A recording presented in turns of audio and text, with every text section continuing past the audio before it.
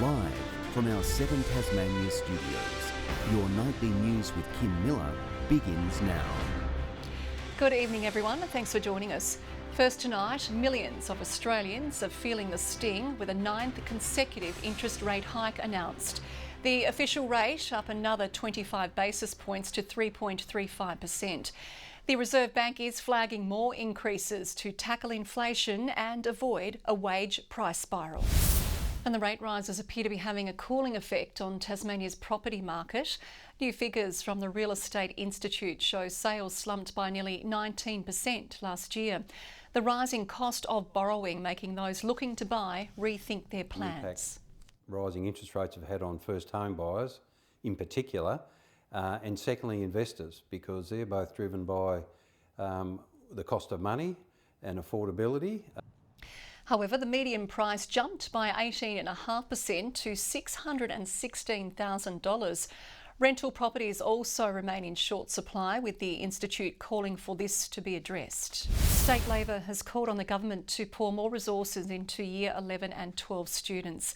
The latest round of Productivity Commission data has shown the number of students attaining a Year 12 certificate is at 59%, the lowest of any state and lower than the 2016 mark. We're making it accessible for them at their school where they live, and we've also made changes to our legislation regarding the expectation of young people to be in formal learning, Year 12 or equivalent, which we didn't have in place before. It seems to me that every time issues are pointed out with the education system, they point to their extension schools and say, that was it, we've fixed it. Well, it's not doing what they said it would do. The report did show spending on government schools grew at the second highest rate here, while the number of children enrolled in preschool was the highest in the nation. More Tasmanian women in need will have a place to call home thanks to Kingborough Council donating a plot of land. As housing providers grapple with increased need, they say finding a place to build is proving a challenge. An unused pocket of land, soon to become a lifeline.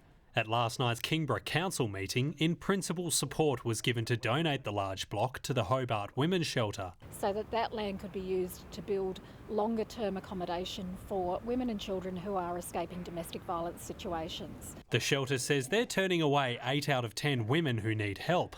It's intended as short-term support, but there's nowhere else for the women staying to go next. Typically a crisis period is up to 13 weeks, but we actually have families, many of our families who are here at the moment have been here for up to 6 months. So when we're having this real crunch on trying to find affordable housing, we know that women and children are missing out the most. The 8 homes built on the site will be longer-term houses to ease that bottleneck. Finding land has been the big challenge. In April 2022, we put a call out to the Greater Hobart area, councils in the Greater Hobart area, to see if any had underutilised parcels of land. And really importantly, it's in close proximity to all the services that they would need, like schools and public transport and shops and other services. Homes Tasmania is funding a research project examining the housing and homelessness challenges facing the state's women. It's hoped that might lead to more women-specific solutions. So what we need is what we call exit points, the places that women can go. And we're hoping this research will show us where the best, not only the level of need, where the need is. Giving more Tasmanians a safe home. Josh Duggan, 7 Tasmania News. The opposition has labelled a disused North East Hospital wing as a damning failure to invest in regional health. The state government took over the lease of Scottsdale Hospital's James Scott facility in April last year, with the entire wing neglected. Beds lie empty with no word on when they'll next hold a patient. The state government took over the lease on the facility last April, promising the space would be put to good use. Instead, 30 hospital beds are gathering dust. Local doctor Ben Dodd said they'd be better put to use serving the needs of his community by keeping treatment local. I know them, they know me. There's that great doctor-patient relationship. There's that great trust that's already there. He says extra investment is needed and will also potentially lure more health workers to the region. One of the real attractions to rural generalist medicine is that they turn up for everything and anything, and you've got to be ready to respond to that. Labor wants local patients kept close to home and in facilities they know. What we have here before us at Scottsdale is the perfect opportunity to have a rural health precinct that would work collaboratively with the local general practice. The opposition also believing it would take pressure off our overburdened major hospitals. While Launceston and Hobart struggle to keep up, district hospitals like Scottsdale operated at less than half capacity last financial year. We've had commitments being given about the sort of uses that could happen, but we do see this from this government, a lot of announcements and not necessarily the follow through. The facility isn't likely to be reopened soon. We'll be taking advice from the clinicians and those responsible for management and delivery of those services on issues like timing and the suitability of different types of buildings. As rooms remain empty, the North East community hopes decision makers won't be making empty commitments. Annie Green, 7 Tasmania News. The Premier has been called on to tackle transparency in health complaints handling. Federal Health Minister Mark Butler has announced a snap review of prior recommendations made about AHPRA's complaints handling process. We thoroughly support that approach. It is a national regulator approach, and we'll support the Federal Minister and AHPRA to do their job well. I think the Premier needs to look very closely at the Medical Registration Board in Tasmania, our regulations here, and he needs to make the situation more transparent. The results of the snap review are due by next month. In local court news, 10 people are expected to be cross-examined in relation to a murder in Georgetown last year. David Jenkins died, with 3 people charged with murder and 2 others with accessory after the fact. The accused, Patrick Dolby, will face a preliminary proceedings hearing where the witnesses will be called. A prosecutor is yet to be allocated to the case. The matter will return to court on March 7. The trial of a decorated police officer has begun in Launceston, facing charges of assault and pervert justice. It's alleged Todd Barry Apted attacked a man in Unum in August 2020, then lied about the incident to police colleagues. He's pleaded not guilty to the charges. The trial is expected to continue until the end of this week. And a man facing more than 40 firearms charges and who allegedly caused a Tasmanian beach to be closed while explosives were detonated has faced Burnie Magistrates Court. 74-year-old John William Abbott pleaded not guilty to all charges. Police allege the Cooey man had a crossbow, was in possession of more than 20 unregistered firearms, did not hold a firearms licence or have them stored properly. He was also allegedly in possession of old explosives which were detonated on Cooey Beach by the bomb squad in November last year. He will return to court on March 6th. Investigators have deemed a fire at a Bridgewater business yesterday afternoon accidental. District Officer Mark Dobson says crews took 5 hours to extinguish the blaze. No one was injured, with investigations into the exact cause continuing. Drivers are being warned to take extra caution tomorrow and follow school zone speed limits as thousands of state school students prepare to make their way back into Tasmanian classrooms. The RACT is bracing for what it says will be one of the busiest days on the state's roads. Let's really remind ourselves that 40 is the limit, right? But we encourage people to drive even slower because school zones are busy. Lots of cars pulling in, pulling out. Parents are also being reminded to practice patience behind the wheel to help educate children on road safety. Tasmanians are being urged to think before they dump at charity bins across the state. One service is pleading with people to do the right thing, saying the cost to clean up is taking money away from those in need. For Phyllis Nichol, volunteering at St Vincent de Paul is a passion. She especially loves when generous people deliver quality items. I run around and think, look what we've just got. It's just fantastic, and I really celebrate that, someone who's able to give over. But not everyone is using Vinnies for the right reasons. Pictures provided to 7 Tasmania News show kilos of rubbish and contaminated items are left to rot in bins and outside stores. Staff left with an unenviable task of sifting through the mess. Everything from half-eaten fish and chips to lawn clippings, believe it or not, and just some fairly unsanitary items. I was standing in donations that had been dumped, old Christmas trees, dirty sanitary pads. We're talking filth. The squalid site's leaving volunteers frustrated. There are so many good people who do the right thing. It's just the few that spoil it for the many. And that's disheartening. Also driving up costs. Vinnie's forced to spend big to clear the items. It does add up to tens of thousands of dollars. These are funds that we could otherwise use to support those in our community with a variety of programs. The charity encouraging people to continue giving generously. But before dropping off, the group is asking us to think, warning good items are being wasted in the mess. Unfortunately, when good stuff is donated, if that stuff comes in, it contaminates the good stuff as well. Putting Vinnie's good works mission into jeopardy.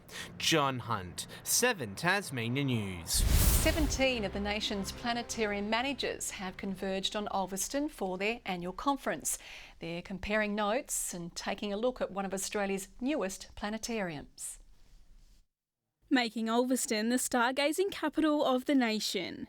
It's very exciting. We have planetarium professionals from all 6 states and also New Zealand as well. The 2-day Australasian Planetarium Society conference is being held on the Northwest for the first time in the association's 25-year history and showcasing one of the nation's newest planetariums to industry professionals. There's a lot that we get out of our conferences. We exchange a lot of information about what we're all doing, different methods of education in the Dome, the kind of presentations we make to the public both in the Dome and elsewhere. The group helping each other learn more about their chosen field. One of our members has recently been conducting flights to Antarctica to show people the Aurora Australis, for example. Ulverston's planetarium is the second of its kind in Tasmania, only operational since 2021. We have a 10-metre dome here, full digital projection using an 8-projector system, and we've had lots of people come through already since we opened in 2021, including quite a large number of school groups. The facility even showing support for Ukraine through the International Planetarium Society. In Ulverston, we've established a sister planetarium arrangement with the Gagarin Planetarium in Kharkiv and keeping up with what we're doing in our respective planetariums and in astronomy in our countries. So we're really delighted to be showing them support in that way. Talia Jordan, 7 Tasmania News. A Tasmanian duo is gearing up to take on one of the world's most iconic cycling challenges. It's no regular feat. They're pedalling with purpose to help change the life of a young Tasmanian living with muscular dystrophy. 14-year-old Declan Hill is the shining star, powering Peter G and Adrian Smith to finally commit to their bucket list ride. To keep going for Declan and his family back in Australia is really extra motivation, I must say. They're strapping on their helmets across the globe to raise vital funds for Muscular Dystrophy Tasmania, helping purchase a wheelchair-accessible vehicle Declan's family can call their own. They really need a van so they can travel him around and so he can still socialise and have a great life. With one of the best-known cycling challenges in their sights, they'll take off from the extreme southwest point of mainland England, starting at Land's End in Cornwall, to then venture more than 1,000 kilometres north, where they'll end at John O'Groats in Scotland. When people donate, every cent goes to Muscular Dystrophy Tas and the family. That's really, really important for us and important for people to know. It's less than 5 months until the pair will begin their journey overseas, with Tasmania's hilly terrain proving to be the perfect training ground for what's to come. When we get there, particularly the first few days of the ride over there is really hard in Cornwall because there's not a flat bit of road anywhere to be seen. Aiming to smash a $50,000 goal, his partner in crime is willing to pull out all the stops to keep the momentum going. Singing songs at him, to keep him going, if he's flagging. Grace Evans, 7 Tasmania News. The footy community has rallied around Tasmanian and Richmond icon Michael Roach following shock revelations about his health. The 1980 Premiership player is recovering in a Melbourne hospital after suffering a heart attack and undergoing triple bypass surgery last week. His former club is among the well-wishers, tweeting, "The Tiger Army is behind you, Disco." AFL Tasmania has also used the social media site to send a message of support. In the WNCL, Launceston's Courtney Webb says things are starting to click as she continues to pile up the runs. She smashed 110 off just 105 balls in South Australia's loss to Tasmania yesterday. The knock was her second century in a row and fourth score over 50 since returning from the WBBL. Didn't get off to the start that I wanted to before the Big Bash started, but yeah, everything's I guess coming together and starting to click a bit now. Now that there's been a few more games. Tasmania and SA will face each other again in a day-night fixture at Blunston Arena tomorrow. American import Josh Majette has shared an online message with Jack Jumpers fans following a nasty on-court collision in Wollongong over the weekend. The floor general finally returned home this morning after being unable to fly from interstate due to a broken cheekbone and fractured eye socket. Hopefully be back on the mend soon. Thanks for all the calls, the texts, the messages. Haven't gotten to respond to everyone, but just know I appreciate them and I'm very grateful, and go JJs. Majette looks unlikely to play in Tasmania's NBL Finals campaign as he prepares to undergo surgery on Thursday. Good evening. Hobart and Burnie 24 degrees today. Launceston our high with 26 and Devonport recorded 22. Friendly Beaches and Bushy Park 23, Lowhead 22, St Helens and Grove 21. The Islands both hit 20 after a fairly warm last night considering, and Strawn 19 degrees today. Mostly sunny conditions, partly cloudy over the west of Tasmania. You can see that cooler patch of air to the west. Low cloud is also over the Bight and Southern Ocean being directed our way. Tropical cyclone Freddie is spinning over the Indian Ocean to the northwest of the continent. Tomorrow the cyclone should remain off the coast. Low pressure becomes dominant over the mainland. However, our region will be under the influence of the high pressure zone. The southwest to southeast winds will tend more easterly later in the day tomorrow. Lighter winds over the inland lakes, swells to 3.5 metres in southern waters. Hobart seeking 19 degrees tomorrow, a cloudy day. Geeveston cloudy as well, 20 the top and 22 for Bothwell. Launceston 23 and cloudy, 21 the top for Devonport, possible shower for Cressy, 23 the maximum. 19 for Burnie with a shower or two, partly cloudy for Strawn and Curry on King Island, also 22 degrees. 18 the top for St Helens and cloudy, Swansea 18, 19 the top for Orford. UV still very high, peaking at 10. On Thursday, light showers over the north and west, a cloudy 23 in Hobart. Showers over the north and east on Friday, extending elsewhere during the afternoon. And on Saturday, mostly cloudy, a shower and 25 for Strawn. Sunny and warm weather in store for Perth and Adelaide tomorrow, partly cloudy and 23 in Melbourne. A shower for Sydney, partly cloudy in Brisbane and 29. Fairly sunny conditions at the moment. Hobart 20, Launceston 22 and Devonport 21. Now what's annoying me at the moment, Kim, is all those people online trying to steal money off us. Now here's a tip for you. If you get an email offering you processed pork, salt and gelatin in a can, don't open it. It's spam. Oh, you're on fire this week, Bernard. Not bad. That is all your news for now. We'll be back later with updates. No more jokes though. Good night.